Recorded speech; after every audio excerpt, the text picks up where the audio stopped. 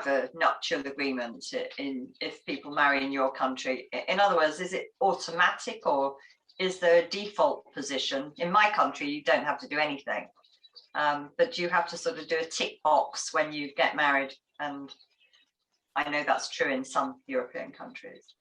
Nuptial agreements are absolutely voluntary agreements which can be concluded if the parties explicitly choose that. Most of the spouses get married without nuptial agreements. And if they do choose nuptial agreements, then they approximately 90% of nuptial agreements are about complete separation of assets. If there is no nuptial agreement, then the general legal regime of the marital property is applied to the parties. Okay, and Diana, is that the same for you? It's similar, but in Spain, there's always a matrimonial regime by default. I mean, we do not have to really choose. Absolutely, it's not necessary to choose a nuptial agreement, because the nuptial agreement is usually refers to the matrimonial regime. So it depends where you have the habitual residence after the marriage. Yes, so if you marry in Madrid, we will have a community of joint assets regime by default. As contrary to Latvia, in Spain, the community joint assets was the most common regime. Even though it is changing, it is true that young people are beginning to alter the regime. They go to the notary and they change this economic regime, which in my opinion, they are doing it without thinking of the impact, thinking of the consequences of the separation of assets. In Catalonia, for example, if your habitual residence is in Catalonia, in Barcelona, then you will be subjected to the separation of assets regime. But they have a different civil code, special for them. Yes, and it is not exactly a separation of assets as it would be in Madrid. In the civil code of Catalonia, they are much more protected in case of separation of assets. While choosing separation of assets in what we call the common territories leaves you with absolutely nothing at the end of the marriage. I mean, if you look after the children and you are not earning anything, you are the homemaker, and the breadwinner is the one who has all the assets in his name, usually it's his name, you might find that at the end, at the time of the divorce, there's absolutely nothing. No job, no income, no assets.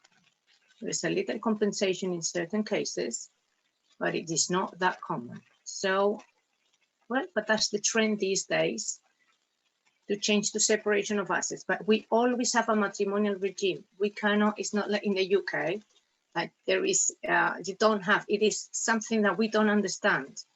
There is no matrimonial regime. Yes, we always have one.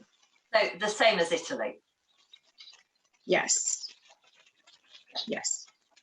And I imagine that, Lisa, you might be a free-for-all like England. Yes and no. What Diana's saying is quite resonant. So in British Columbia and all the other provinces in Canada that I'm aware of, it's a complete voluntary act to sign any agreement. And you are caught within the Family Law Act de facto. Our Family Law Act in British Columbia changed 8 years ago. And I still think that many people do not understand the full impact of it. Once you are living in a marriage-like relationship for 2 years, all of the property division and spousal support clauses apply to you, and they mandate that any increase in value of pre-existing assets is split. Any assets that are gained during the relationship are split 50-50.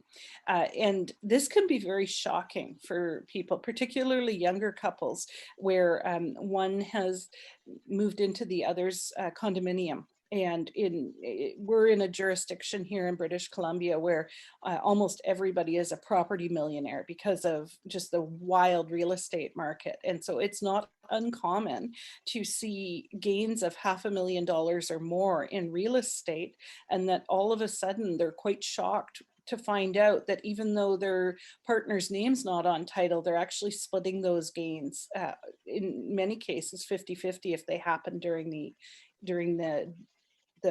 relationship. So one of the other parts that has people quite shocked is that when this legislation came in, we all thought that there was very explicit excluded asset provisions, including any down payment that you might take from the equity in your house. And what's ended up happening 8 years on, a little bit less than that, is that if that came from my residence and you and I bought a joint residence together with our names on it, I have now been deemed to gift you my 50%. And all of a sudden you've gone from a 0 interest to a full 50-50 interest because we've registered this title to our house. So one of the ways that people are starting to pay attention is to do what are called excluded property agreements, just to say, when I came into the relationship, I had this, you had this. Regardless of how we use that money in our relationship, I will always receive out this and you will receive out that. I wasn't expecting that. And it's different in other provinces. Yes, it is. And that's the tricky thing in terms of working internationally, is that I think sometimes people get confused and say, oh, well, they live in Canada, therefore I'll phone my friend Lisa in British Columbia. And I explain, well, actually Toronto is Toronto is closer to Glasgow and I'm closer to Russia. And so I can't advise on any law outside of the province. And there are different property regimes in each of the law and there's in each of the provinces, but there's also different assumptions. So if I take advice from lawyers across whatever province there might be assets in, as a matter of routine, to make sure that I have not accidentally given somebody an entitlement or taken it away. Right, that's really helpful.